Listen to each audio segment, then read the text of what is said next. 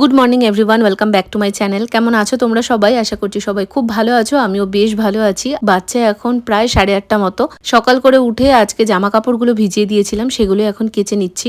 আজকে ওয়েদারটা আসলে বেশ ভালো। এই বাইরেটায় এত প্রচন্ড রোদ আসে না, এই রোদে বসে কাচতে না হলে খুব কষ্ট হয়ে যায়। তাই ওয়েদারটা ভালো দেখে একটু চটপট করে ভিজিয়ে দিয়েছিলাম। শুনছি তো এই রবিবার থেকে বৃষ্টি হওয়ার কথা। তোমাদের দিকে বৃষ্টি হচ্ছে কিনা অবশ্যই জানিও তো। আমাদের দিকে কিন্তু হয়নি, তবে বৃহস্পতিবার যখন রিন্টু আর আমি বেরিয়েছিলাম তখন শুনলাম বিধাননগরের দিকে নাকি ভালো বৃষ্টি হয়েছে। তবে গয়েশপুরে একটু ছিটাফোঁটা পড়েছে, তাতে খুব একটা শান্তি হয়নি। রাতের দিকে কিন্তু এখন কদিন ধরে বেশ ভালো হাওয়া দিচ্ছে, ওতেই মন ভেজাচ্ছি। তোমাদের এমনভাবে বললাম যেন কত না কাছাকাছি ছিল, তবে আমার কাছে অনেক। 3টে নাইটি ছিল, ঝটপট কেচে নিয়েছি।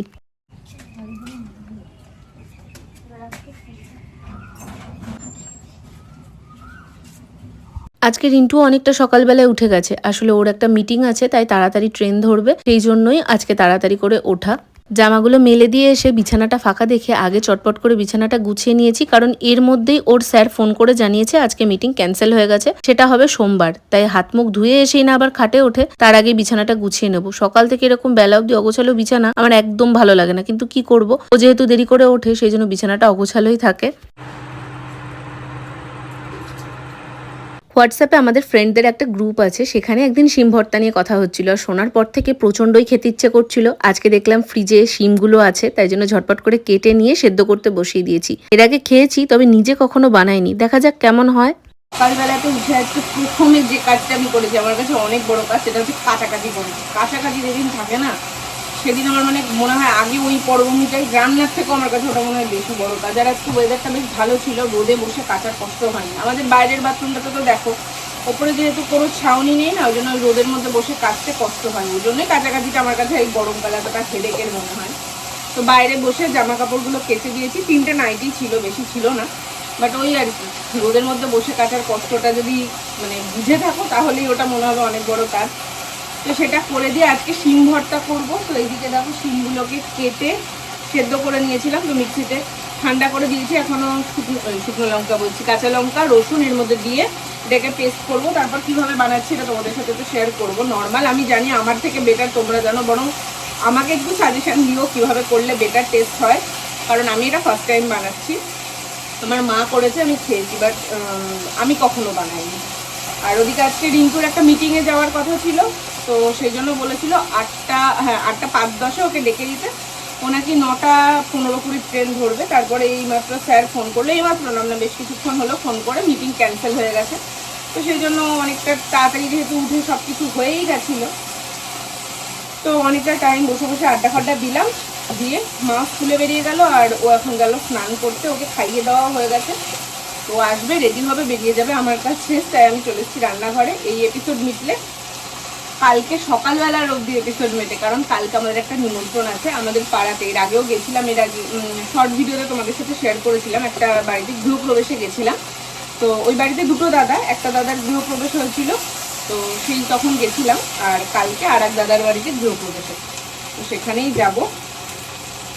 ওই জন্য কালকে দিনের বেলা রান্না নেই। আর আমার অবস্থা দেখো, আমার এই কানে দুল আছে, রাত্রিবেলা ঘুমানোর সময় আমার এই কানটা ব্যথা করছিল, মানে এই দিকটায় কাঠও শুই তো ব্যথা করছিল বলে খুলে রেখেছিলাম, সে খুলেই রেখেছি, ও আর পড়া হয়নি। এখন আমি ভিডিওটায় লক্ষ্য করলাম যে আচ্ছা কানের দুল আমি এক কানে পরে মধুবালতি সেজে ঘুরে বেড়াচ্ছি। যাই হোক, চলো রান্নাটা ঝটপট করে নিই। যেদিন দেখবে সবকিছু তাড়াতাড়ি হয়ে যায়, সেদিনই সব থেকে বেশি দেরি হয়। এই যেমন আজকেই সকাল করে উঠেছে বলে অনেক আগে আগে সবকিছু হয়ে গেছে, ব্যাস ওই গল্প করতে বসে এমন লেট হয়ে গেছে, বেরোতে বেরোতে অনেকটা দেরি হয়ে গেছে। যাই হোক, এতক্ষণেও বেরোলোর বাইরে রোদ উঠেছে, দেখেছো? টাটা।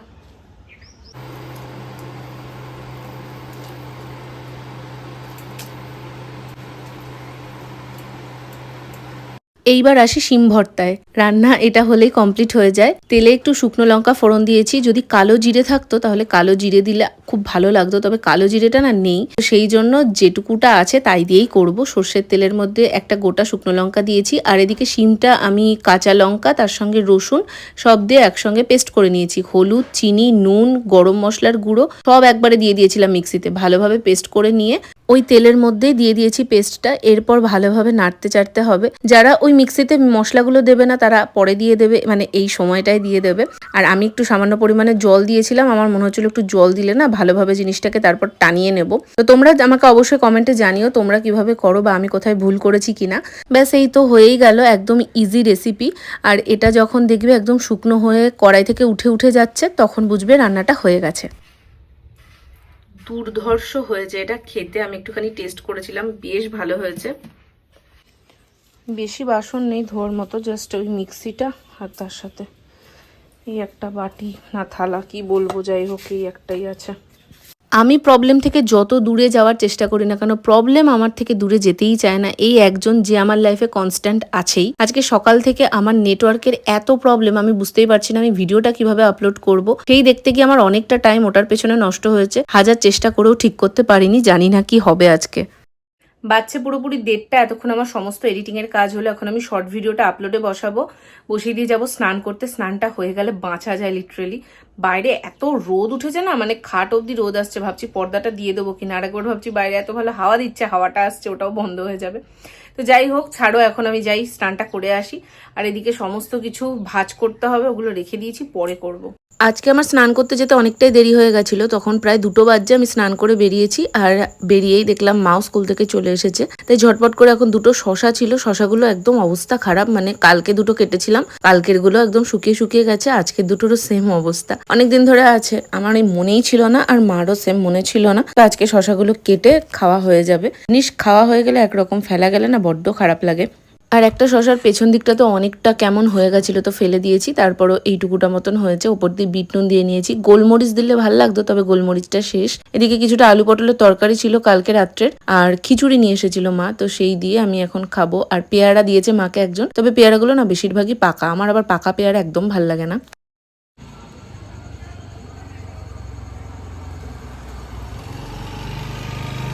Good evening everyone. বাচ্চা এখন পুরোপুরি 6:30। ঘুম থেকে উঠে প্রথমেই জলটা তুলে নিয়েছি। আমি তো তোমাদের বললামই, আমি এখন 2 দিন ধরে ওই 6টা বাজতে 10 নাগাদ উঠে জলটা থাকছে তখনই জল তুলে নিচ্ছি। 7:30টার সময় তাহলে কোথাও গেলেও অসুবিধা হয় না, নাহলে জল তোলার জন্য না একটা পিছু টান থেকে যায়। যদিও আমার আজকে কোথাও যাওয়ার নেই, তবে দেখি কালকে পারলে একবার জেঠুর বাড়ি যাবো। সেই কবে থেকে ভাবছি জেঠুর বাড়ি যাবো, দিদির কতগুলো জিনিস আছে দিতে যেতে হবে। প্রত্যেক দিন আমি আজকাল পরশু করছি, এর আগের উইকে যাওয়ার কথা ছিল, তবে তখন দিদিকে ফোন করে বললাম যে এই সপ্তাহে হবে না, নেক্সট উইকে যাই। তো ওরও একটু অসুবিধা ছিল, ও বললো ঠিক আছে নেক্সট উইক হলেই সুবিধা হয়। তো এই সপ্তাহে আমার এখন অবধি যাওয়া হয়নি। বৃহস্পতিবার ভেবেছিলাম ওকে জিনিসগুলো দিয়ে আসবো, বৃহস্পতিবার দিনকেও হয়নি।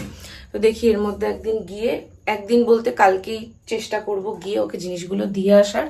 এখন একটু চা করব, সন্ধ্যাবেলা ওঠার পর থেকে মনে হয় যেন চা না খাওয়া অবধি নেশা কাটছে না। একটু চা খাই, তারপরে জামাগুলো ভাঁজ করতে হবে। এদিকে জানলাটা খুলে দিলে এত সুন্দর হাওয়া আসছে বাইরে থেকে।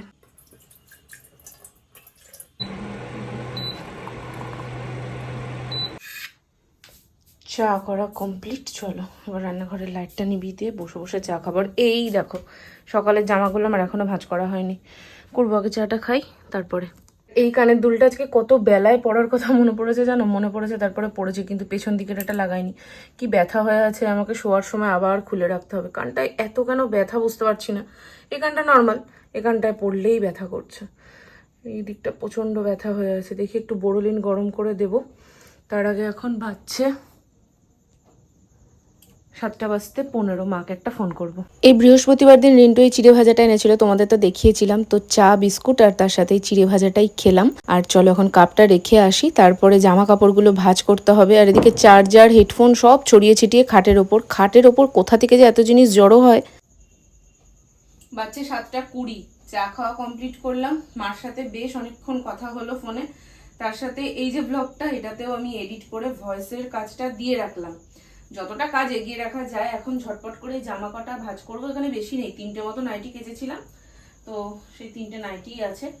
এগুলো ভাঁজ করে একটা বড় কাজ আছে আমার, সেটা হচ্ছে রিন্টুর একটা শার্ট আয়রন করতে হবে। সে শার্টটা এত বাজে, ওই পেপার শার্টগুলো হয় না, মানে কাপড়টার কথা বলছি, ওরকম টাইপের, খড়মড়ে টাইপের না, মানে কি করে তোমাদের বোঝাই, ও মানে চাপ দিয়ে যতই প্রেসার দাও ওর ওপর মনে হবে আয়রনটা দিয়ে ওর ওপর আমি উঠে বসি, তাহলে যদি গিয়ে ওটা আয়রন হয়। ও করতে 20 মিনিটের ওপর লেগে যায়। 7:20 বাজছে, তো আমি তোমাদের বলবো কটা থেকে আমি শুরু করলাম, সেও তোমাদের আমি বলবো, আর কটায় আমি শেষ করলাম সেও আমি তোমাদের বলবো, আর তারপরে আমার অবস্থাটা সেটাও আমি তোমাদের দেখাবো। তো যাই হোক, এই নাইটি ভাঁজ হলো, এগুলোকে এখন পাস্তাকে ভরে দেবো।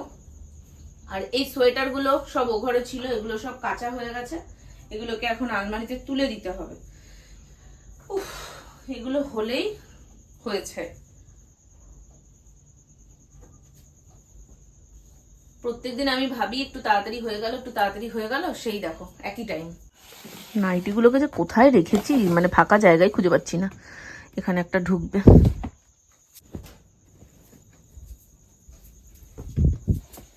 গামছাটা দেখো এখানে রয়ে গেছে, গামছাটা আমি এই দরজার মাথাতেই রেখে দিই।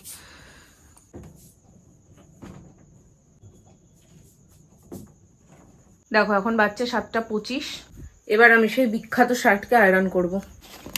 এই যে সেই শার্ট, এরকম কুচকিয়ে মুচকিয়ে আছে, এর মধ্যে না কয়েকটা টপ আছে, প্লাস এর মধ্যেও আছে, এগুলোকে আমার সব গোছাতে হবে। তো চলো এটাকে ঝটপটাকে আয়রন করি। আয়রন করা কমপ্লিট। আমি যেরকম পারি, খুব ভালো আমি পারি না, তবে যেরকম পারি মোটামুটি করা কমপ্লিট। এই দেখো এতক্ষণে আমার আয়রন করা কমপ্লিট হলো। কত বড় পেঁপেটা দেখো দিয়ে গেছে, এটা জানি না কাঁচা পেঁপে না পাকা পেঁপে, বাট যাই হোক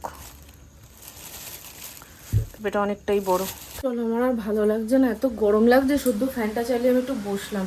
আর আমি এমন গাধার মতো কাজ করেছি, যখন আয়রন করছি ফ্যানটা অফ রেখেছি, ভাবো তো। উফ,